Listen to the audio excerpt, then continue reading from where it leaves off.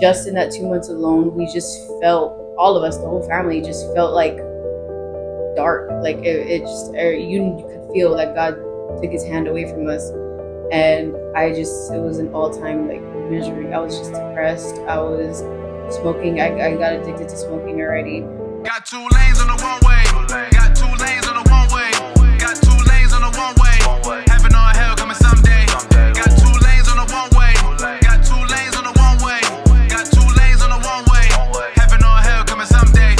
Got 2 lanes on the one way. Heaven or hell coming someday. Talk that talk. 2 planes on the runway. 2 destinations. Heaven or hell. They taking off someday. Could be Saturday through Sunday, Monday through Sunday. So get saved before that one day. Listen to that one way show. Yeah.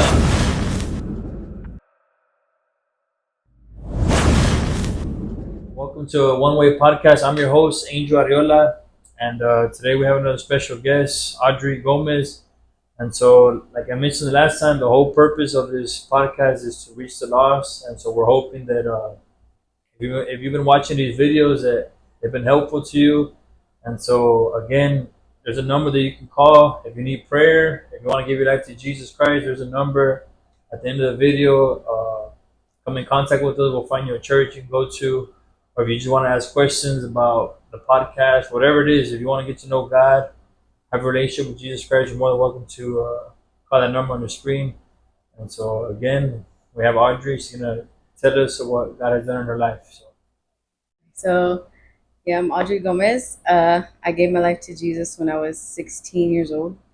I grew up in church since we came in 2012 when my mom got saved. She met someone from church. They witnessed to her. They told her about Jesus, and she decided to give church a try. Before that, I was living with my aunt and my uncle, and I was living at their house. And so when she did give her life to God, she got delivered from her addictions. She was on heroin. She was sleeping around for money. She was just in and out the streets. And so she couldn't have custody of us, which is why I lived with my aunt and my uncle. And so when she got saved, she stopped doing those things. You know, she started going to church. She started living for God. So then she was able to get custody of me and my brother back. So I started going to church when I was 8. That's when I moved in with her. And it was really hard at first because I was 8 and I was already used to my aunt and my uncle. I was there. That was my mom and dad. I was so used to them. And my cousins were my sisters. And it was just hard going into this new environment with this woman I kind of barely knew. I would see her every now and then, but it wasn't like, I wouldn't call her my mom. To me, in my mind, she was my tia. And my brother, who I didn't know was my brother because he lived with another aunt and uncle, I thought he was my cousin. Didn't want to believe he was my brother. And so when we moved in, me and my brother shared a room together, and it was just all new. I was just angry. I was an angry kid, and I was just like bitter towards everything. I would tell my brother like I hate him all the time. He would always cry, and I'll tell my mom too that like I don't want to be with her, and it would break her heart because she felt like a lot of regret in our lives, and she saw that I would cry for my tia, my tío, my mom and dad. I would cry for them, and it would break her heart. So I always was just angry at a young age, and also too when I was living with my aunt and my uncle, I would go to my dad's house every weekend, every other weekend. I think it was court ordered that I would have to go see him because they had, I don't know, some sort of agreement. And when I would go to his house, he would get really drunk and he would get really high and he would go to the back room and I would get molested for ever since I could remember, since I was little. And when I was 8 and I started coming to church, this was all happening for years. Nobody knew about it, just me and him. It was a lot of fear that he put inside of me, to not say anything, to never tell anybody. And I didn't want to, just because when I was young, I thought it was my fault. I thought it was something that I did to make him do this. And I did see a difference with my Theo that I called dad. I did see a difference in how he would treat me. He treated me like my father, like my dad. And my biological father, I knew that something was off. There's a difference. Obviously a completely difference. And so then fast forward, I started realizing what was happening. I started getting more knowledge about like, okay, I'm being violated. And especially coming to church, I would listen to sermons and I would listen to other people's testimonies and I would hear similar things. And I started realizing like I need to get out of this and I don't know how, I don't know who to tell. So I was little and I just started praying because there was a sermon, Pastor I preached a sermon about how to pray. And so I just started praying and I still didn't say anything until finally one weekend I told him like, I know what you're doing is wrong to me, and if you don't stop, I'm gonna tell him mom. And I remember that after that he just stopped doing it, and then years passed. I'm in middle school, and I still have this secret that I never told anybody about this thing that I never really coped with. I started getting a lot of hate in my heart towards men. Uh, Things in my heart started opening up doors to girls. I started fantasizing, I guess, like entertaining thoughts. And yeah, I was just really angry. And then I was still going to my dad's house. It was just awkward. Like he knew and I knew, but nobody else did. And he taught me and my brother how to start smoking. He taught us how to roll a blunt when we were, I think I was like 12, and we are just in the living room, and he was teaching us how to do that. So that was another open door that I just like, I could do this. I started getting friends that started doing that because living with my mom next door, there was a drug dealer next door who I became friends with their daughter, so I made her really close. And she would steal some weed from her dad, and then we would start smoking. And that was when we were 13, 12. And we just started smoking, and it was just here and there at first. It never really got big until high school. That's when I started getting really angry, really just miserable. I started getting boyfriends, and I still hadn't opened the door officially to girls yet. Um, I ended up going to a boot camp that we have at church. There's a church boot camp that we go to where for the youth, and they go there and they hear about God and they get a little discipline in them, but nothing too crazy. And I remember going there, and one of the counselors there had talked to me, and she was because I still didn't want to give my life to God. I think it was like the third day, and I still hadn't got saved. And the counselor had mentioned to me how she told me her testimony, how she was molested by her dad, and I knew it wasn't a coincidence that she went through the same thing I did. So I finally gave my life to Jesus at boot camp. I came back, and I knew I had to tell my mom. I had to tell somebody. So I told my mom, and she handled it pretty well. She believed me. It wasn't anything like that. Like she didn't or anything. Um, then after that, I just felt like this huge weight on my shoulder. Like I know from here on out, it's healing. It's not. It's no more holding it in. It's I can talk about it now. So I started. The more I talked about it, the more I got used to it. The more I healed from it. And I stopped seeing him. He ended up going to jail because we took it to court. So it's been since I think that was in 2017, I believe. Yeah, I think it was 2017. And I haven't seen him since. I then later on I started drifting away from God again because I didn't stop, dating and these boys and girls, and then that's when I did eventually open the door to a girl. I realized that they're the exact same as guys, even worse. They're sneakier actually, and so I realized like I I kind of just drifted away from God, and I knew I needed to get back to Him. I just didn't know how. And I don't. We left the church for 2 months. My mom, who's been saved this whole time, trying to get us to get saved for years, she left the church. We left. It was only 2 months. It was only from. It was November and December, and then January we came back. Just in that 2 months alone, we just felt all of us, the whole family, just felt like dark. Like it just you could feel that God took His hand away from us, and it was an all time like misery. I was just depressed. I was smoking. I got addicted to smoking already. I would hang out with some friends at school that I wouldn't even go to school. I would just skip and we'd go to the ditch and we'd all be smoking and stuff. And I was already getting calls about flunking and stuff, and I was just like, man, like as a teenager, you don't want to hear that you're gonna flunk because it's like, wow, that means I'm dumb. That what am I doing? I started regretting a lot. The guy that I was with cheated on me, and I was just like, what am I doing with my life? I knew I needed to give my life to Jesus, and I was just stubborn until we finally came back to church. My mom's like, "You're gonna go with me." I was 16. She's like, "You're gonna go with me," and I was like, "Fine, whatever. We'll go back. It's gonna be awkward, but we'll go back." So we finally pushed through. We went, and a lot of people surprisingly were just like arms wide open, like, "We missed you. Where have y'all been?" And that's when I was like, I need to give my life to Jesus because I was already suicidal. I was contemplating suicide all the time, and I was like, I need to give my life to Jesus. So that was 2020. I gave my life to Jesus, got baptized shortly after, and God started healing me in ways I couldn't even like imagine. He started blessing me too, and I got my first job. I started working at Melrose, a little retail store, and I no longer was talking to the friends that I would. For a little bit after I got saved, I would talk to them, but I started God showing me like, wow, these people are leading me into repetitive behaviors. Like I just kept wanting to go with them and smoke with them.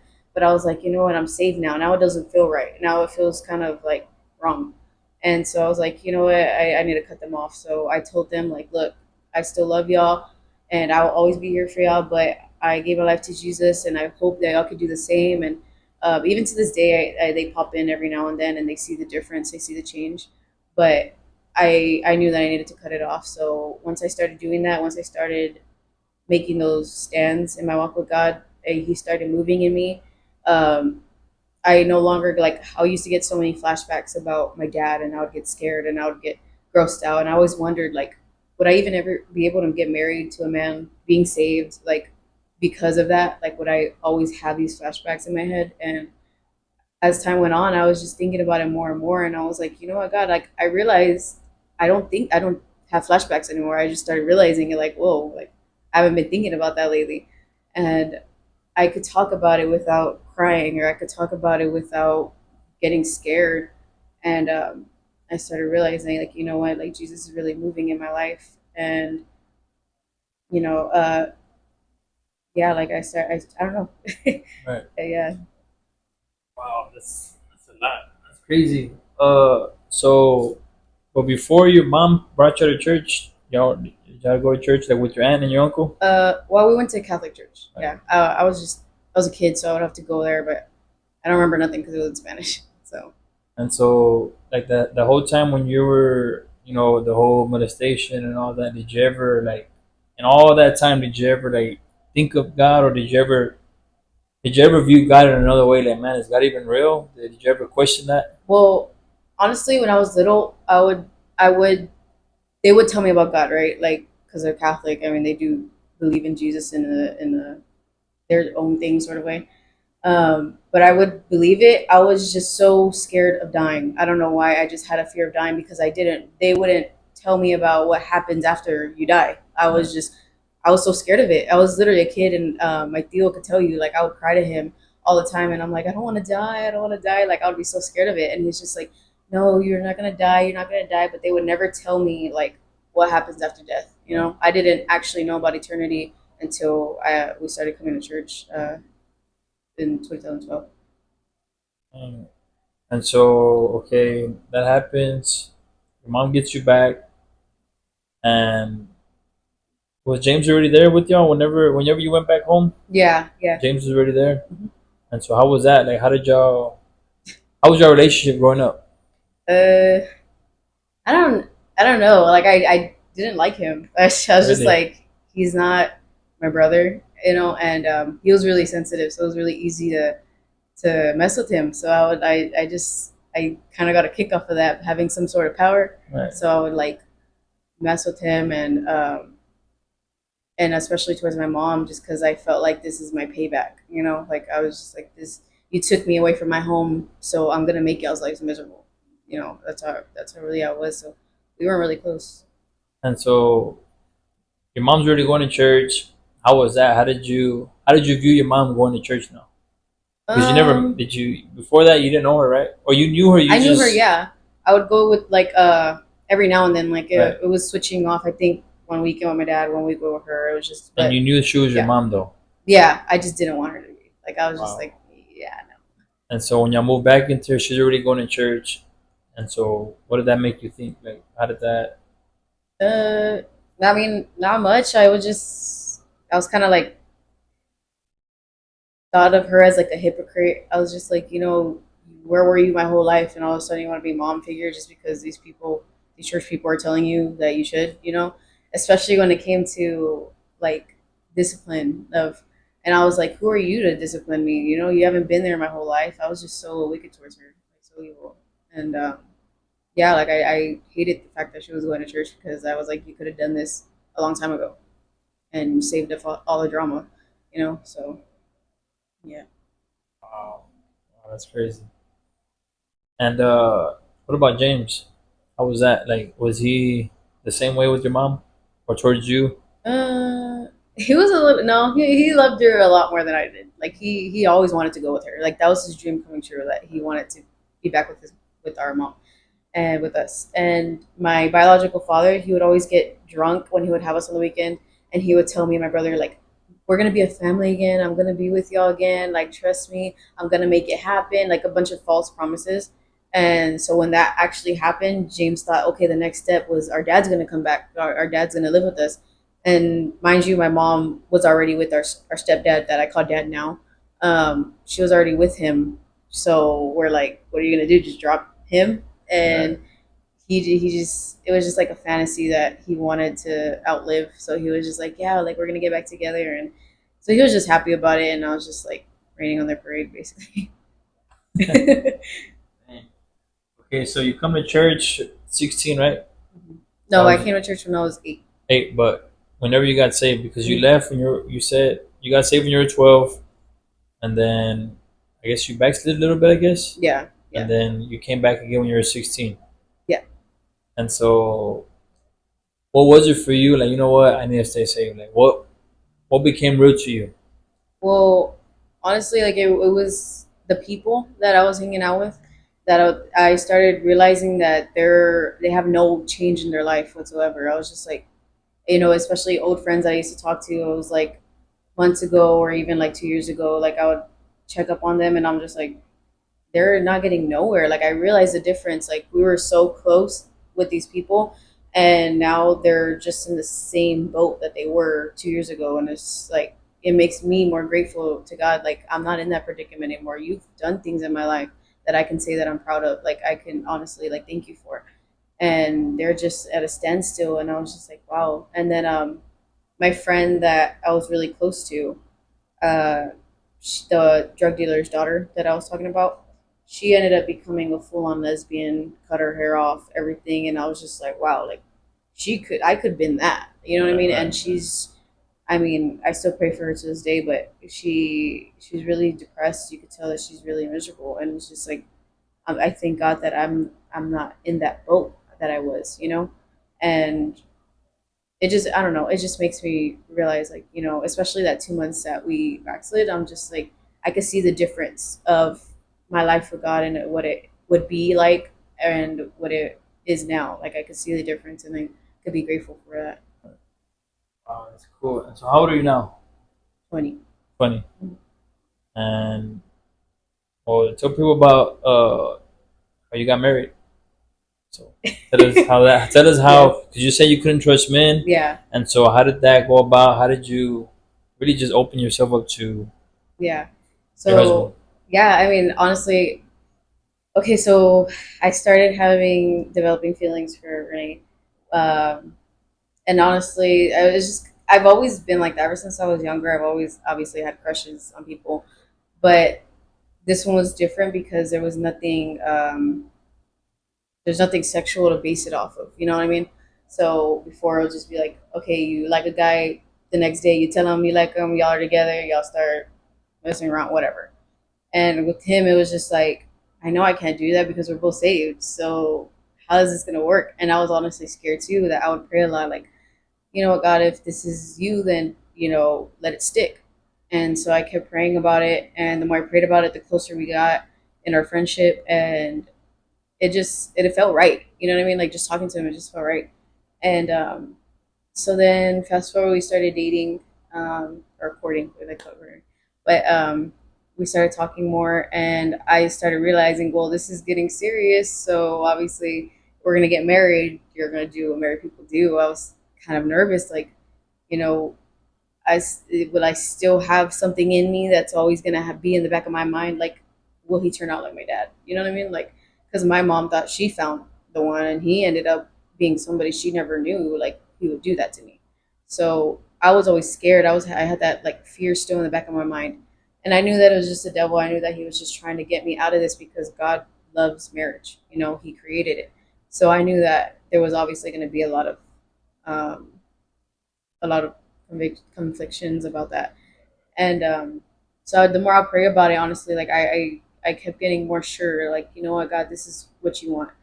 And I even remember this dream that I told him about, that there was like that I had got a word in my dream. Like, it was an evangelist that came, and he had told me because I started feeling wrong that I kept praying about this subject, that I kept praying about him. And I didn't want to make him an idol either.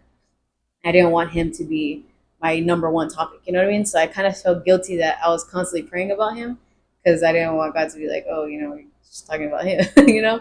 So then I got that word in my dream that it's not wrong to be praying about that, but you don't have to stay stuck. You don't have to stay stuck in that prayer. So then I started realizing, you know what, God, I'm just constantly asking you, like, can you do this for me? Can you do this for me? Like, can you help me with this? Can you help me with that? When he already had it done. I already been delivered from that. And I'm just like, why am I keep asking for it? If I already have it, it's already been received. So I was just like, you know what? I need to stop this. So we stopped. I stopped stressing. I stopped, being all crazy about it. And then that's when he finally proposed. And I realized, like, okay, this is happening. And yeah, and then now we've been married it's going to be a year and then a couple weeks. And it's just been awesome. Like, honestly, like, I never thought I would be this far along with somebody. I never thought I'd get married, nonetheless. I did that. Yeah, I mean, obviously.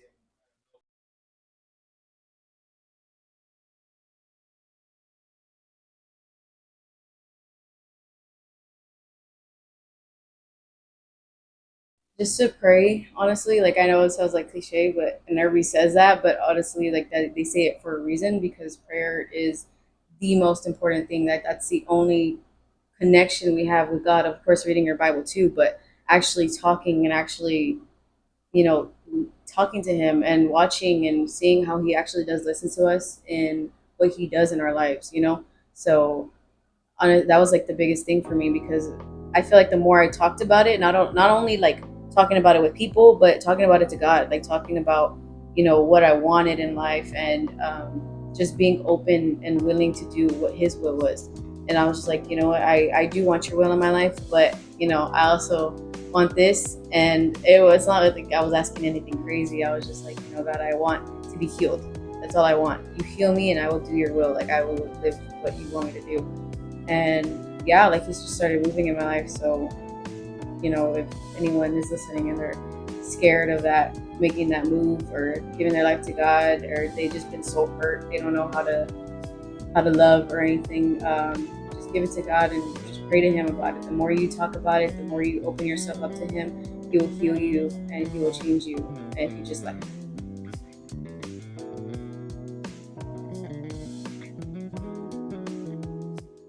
Hey, thanks for watching. If you want to give your life to Jesus Christ, just pray this simple prayer with me real quick. Say, Father God, I'm a sinner in need of a Savior. I ask that you forgive me of all my sin. Come into my heart and be my Lord and Savior. I believe you died on the cross and rose the third day. Thank you for forgiving me of all my sin. If you prayed that prayer and you need a church to go to, come in, that number on the bottom of the screen. Come in contact with us, and we'll help you find a local church to go to and start living for God. Thank you. Got 2 lanes on the one way. Got 2 lanes on the one way.